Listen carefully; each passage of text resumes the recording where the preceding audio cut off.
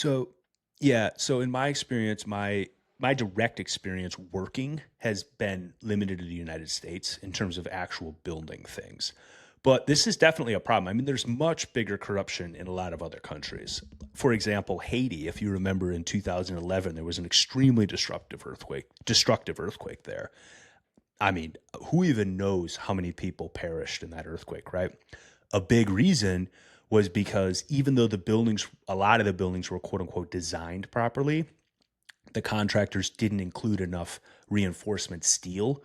So due to corruption, so the buildings fell down. And that's the way a lot of people are killed in so-called developing economies and earthquakes because the buildings collapse on them.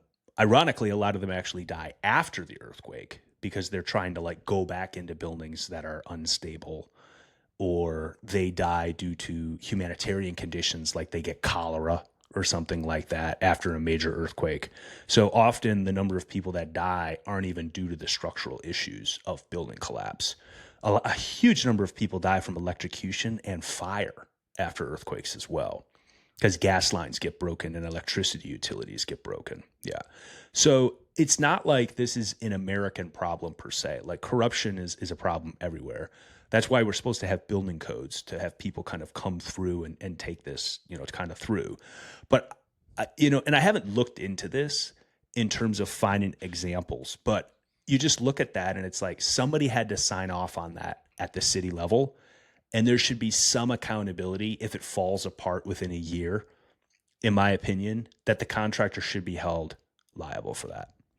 Yeah. So in the current regime, I guess in the current paradigm, who does that authority rest with? Would it just need to be the people that on the government would need to say there's some kind of breach of contract? Yeah. I mean, that's what would have to happen. Now, there's different parts of government that build different parts of the road, right? Like the Hmm. city is responsible for certain roads. The county road commission is responsible for certain roads. The Department of Transportation at the state is responsible for certain roads.